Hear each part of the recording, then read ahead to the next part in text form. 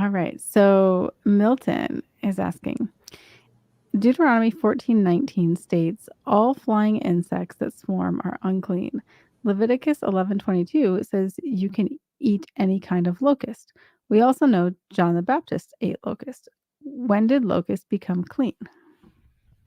So thank you, Milton. Appreciate this question. And this is one of these times where it can seem like there might be inconsistent verses in the Bible, but we'll take a look and we'll see actually the Bible is consistent.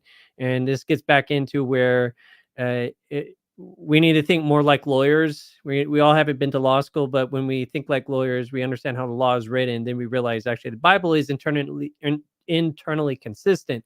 We just need to understand how to read things consistently. And I'll show you how it works with these verses here. So let's learn a new word first. It's called sheretz ha'of. So say sheretz ha'of. And this is the word that's often used to refer to flying insects. So the sheretz means like creeping, swarming, like that's the language usually used for small little critters like the insects. And then oaf is the word used for like flying creatures, fowl, birds, winged insects. And by the way, there is an article even on Bible Ask that we could put up talking about bats. We were just recently talking about bats, and there's an article talking about this, mentioning how there's this word that can mean just in Hebrew, anything that owns a wing, has a wing. And that's what an oaf is. Usually it's referring to fowl and birds, but again, winged insects can come under this general category of oaf. And when it's a sheretz ha'of, we're talking about a winged insect. And then the link has been dropped in the chat here. So let's look at when the locusts and these sort of creatures first became clean to eat. This was in book of Leviticus. This is, we always talk about the Levitical laws, and this is where you have what's kosher foods, things like that. And then we have in the list of clean meats, we have a list of insects. So I'm going to be reading from Leviticus chapter 11, starting at verse 20. And God says, or I believe he's speaking to Moses, he says, all flying insects, so this is sheretz ha'of, that creep on all fours shall be an abomination to you. So even like Leviticus, God's saying like it's a general rule. If it's an insect that flies, it is going to be unclean. Don't eat it. It's an abomination. I mean, that's even one step up besides just being to me unclean. Like it's abomination. That sounds bad. God doesn't want you to eat it. Next verse, though, 21, gives us an exception to the general rule. So general rule, and then here's an exception. And this is also a way that our legal system works. Congress might pass a general rule, and then they will write exceptions to the rules. And I write contracts. So I write, here's a general provision. This is generally how things work. And then now here's an exception to that. So that's the way that language works. And that's the way our legal system works to this day.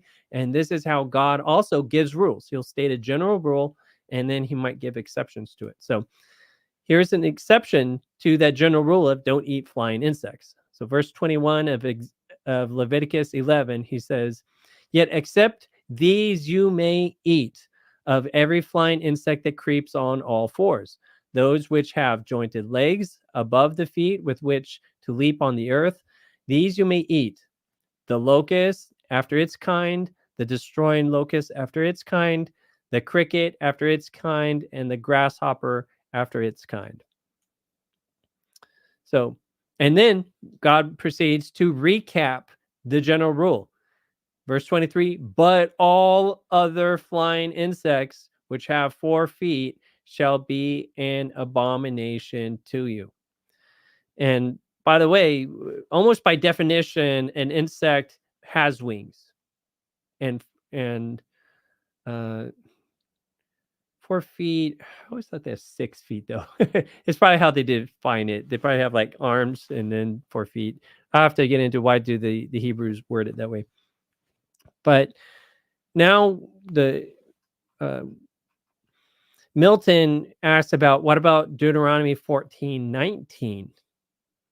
So if you read Leviticus and then quickly read Deuteronomy, you will notice that Deuteronomy does a lot of recapping of Leviticus and Numbers, things that were given earlier.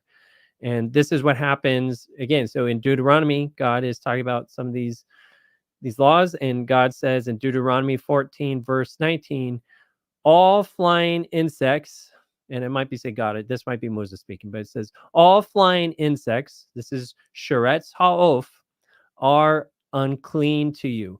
Do not eat them. Right? So sounds like this is the same general rule that God gave earlier on in Leviticus. And if you look before this verse, before verse 19, God is also listing some of the birds that you can eat and those that can't. Verse 20, though, this is key. So verse 19, don't eat flying insects. Verse 20, but. So notice it starts with a but. So here's an exception to the general rule. But any winged creature, this is any oaf, that is clean, you may eat.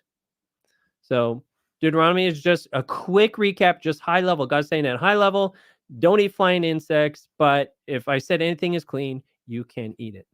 So this is how where we can see with proper understanding of how to interpret and read the Bible, it is actually absolutely consistent here between the two rules. So as soon as God had, I mean, arguably you could say that the it's possible even during time of Noah would have known that these creatures would have been clean. Maybe on the ark there would have been sevens of the locusts and the and these other creatures. So this is something that God gave to the Hebrews and reconfirmed both in Leviticus and then reconfirmed it in Deuteronomy.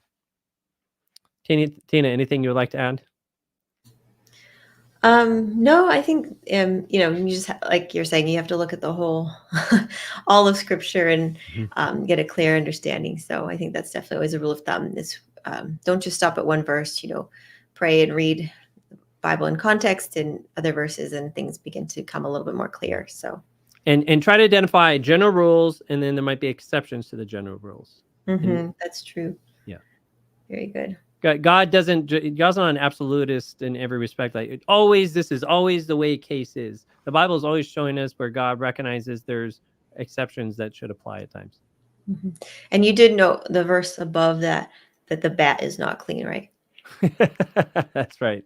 So that I was did not note it, but that is correct. Gotcha. Yeah, because he quoted Deuteronomy 14:19 and 18. Like it actually starts like it says, I think it starts saying of the birds, of all clean birds you shall eat. In verse 11, it says, but these are they which you shall not eat: the eagle, offspring. So starting verse 12 and down into verse 18, and the last of those, birds, like you're saying, is a bat. It says don't eat it. So still not clean, but yeah, so it can be a little bit interesting. But yeah. Definitely interesting.